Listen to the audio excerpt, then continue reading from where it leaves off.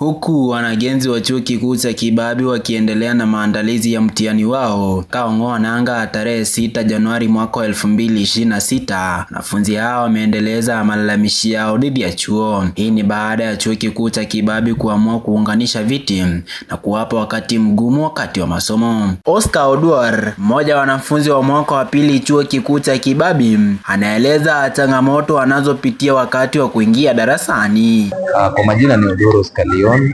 Kusema ukweli, kuunganisha kwa viti ambavyo unaona zimeunganishwa wakati mgumu, haswa pale ambapo unaelekea darasani unapata viti havitoshi na unatakiwa uendee kiti chako kuelekea darasani ili uweze kupata kusoma. Inakupea wakati mgumu utafute kiketi, na unapofika darasani kuna wengine wanakuwa wameshaanza kusoma, kwa hiyo inakupea wakati mgumu hata nakupotezea muda.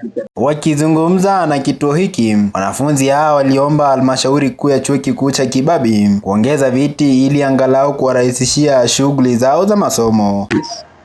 Sasa juu shule ishaunganisha hizi viti, yani imechukua viti kama 3 ama 4 imeziweka pamoja, so hawawezi enda watoanishe hizo viti. So kitu shule inaweza tusaidia sisi kama wanafunzi ni walete tu viti zingine, at least waongeze viti, kiti yenye mtu anaweza beba individual kutoka klasi ingine hadi klasi ingine.